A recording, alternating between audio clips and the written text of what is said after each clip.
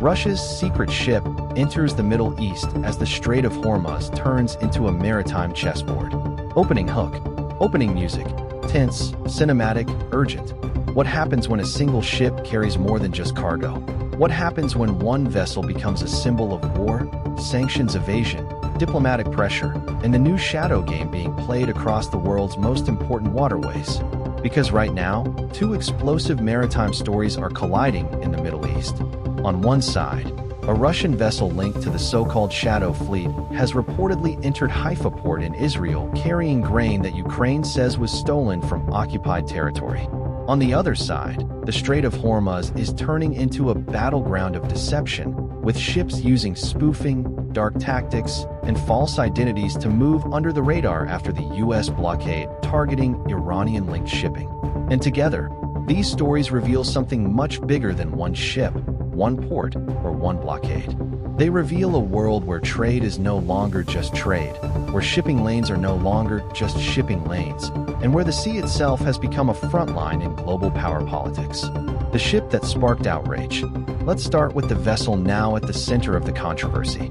According to reports, the Russian bulk carrier Abinsk entered the port of Haifa with a large cargo of wheat, and Ukraine says that wheat was taken from territories under Russian occupation. Ukrainian officials say the ship is part of Russia's broader covert export network, and that the cargo should be treated as stolen property connected to the war effort now. This is not just a shipping issue. This is a political issue, a legal issue, and a wartime issue all at once. Ukraine reportedly warned Israeli officials before the ship arrived, asking that it be blocked from docking. But once the vessel was allowed into port, Kyiv escalated the matter further and demanded that Israel detain the ship and prevent it from leaving. That is what makes this story so explosive. Because now Israel is being pulled into a dispute that connects Russia's war in Ukraine, international sanctions enforcement, and the question of whether a country can unknowingly or indirectly become part of a wider sanctions evasion network. Why Shadow Fleet matters. To understand why this one ship matters so much, you need to understand the phrase Shadow Fleet. A Shadow Fleet is made up of ships that often operate with opaque ownership, changed flags, altered identities, or other methods designed to avoid scrutiny. These vessels are widely associated with sanctions evasion, especially in the case of Russian oil and now, increasingly, other goods linked to wartime economies. In simple terms, these are the ships that try to disappear in plain sight. They may switch off tracking systems. They may spoof their location. They may use false identifiers. Or they may move through ports and waters in a way that keeps the true origin of their cargo hidden from public view. And in a world where sanctions are one of the main tools used to pressure states during conflict, the ability to move goods secretly becomes strategically valuable. That is why this issue matters far beyond this one vessel. It is about whether sanctions can actually work when ships are built to hide. Ukraine's bigger accusation. Ukraine's position is very clear. This is not ordinary wheat. Kyiv argues that agricultural products from regions under Russian occupation are part of Moscow's broader wartime extraction system. Ukrainian officials say the cargo on the ship was sourced from occupied territories and therefore should be treated as illegally obtained. That accusation does two things at once. First, it turns the shipment into a question of legality and ownership. Second, it turns the port of Haifa into a stage for geopolitical friction. Because if a vessel carrying disputed cargo can enter a major international port without being stopped, then the entire sanctions and enforcement framework starts to look weaker. And that is exactly why Ukraine reacted so strongly. The Hormuz connection. Now let's shift to the second part of the story, because this is where the global picture gets even more intense. The Strait of Hormuz is one of the most critical choke points in the world. A huge share of global oil and gas flow through this narrow waterway, which means any disruption there can ripple through energy markets, shipping insurance, and international security. Reports say that after the U.S. imposed a blockade on vessels entering and exiting Iranian ports, ships in and around Hormuz began using more aggressive evasive tactics. Maritime analysts are describing vessels going dark, using random identifiers, and manipulating tracking systems to avoid detection. This is where the story becomes bigger than one blockade. Because when ships start hiding, the entire maritime system becomes less transparent. And when transparency breaks down, every nation, insurer, trader, and navy must operate with less certainty. That uncertainty is exactly what makes the situation so dangerous. What spoofing really means. If you've never heard the term before, spoofing is essentially maritime deception. A ship may appear to be in one place when it is actually somewhere else.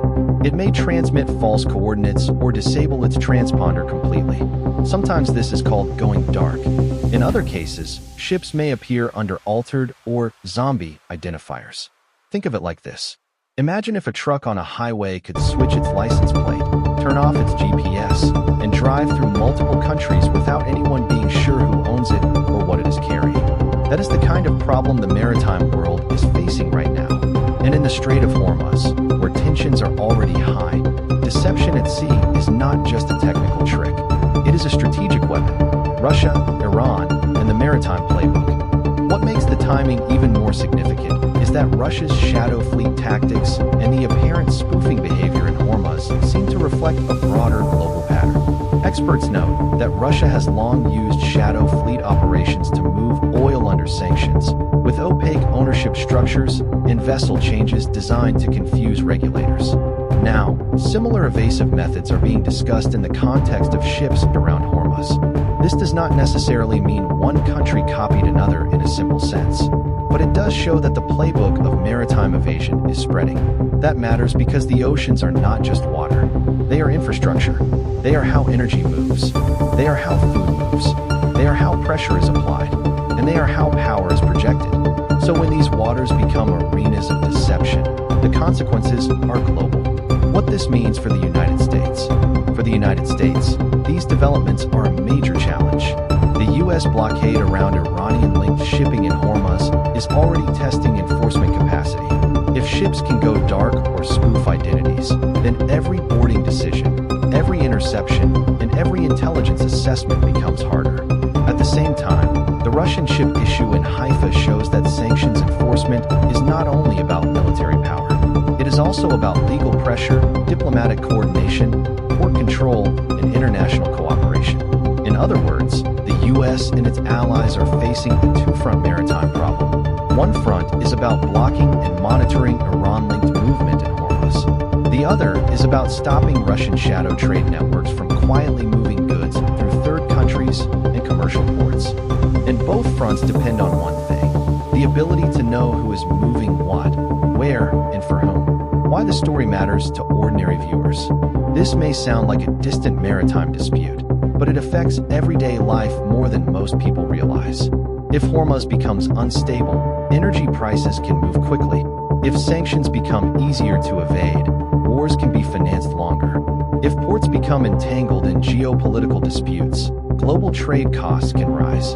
And if more ships begin hiding their identities, the whole international shipping system becomes less trustworthy. So this is not just a story about Russia, Ukraine, Israel, Iran,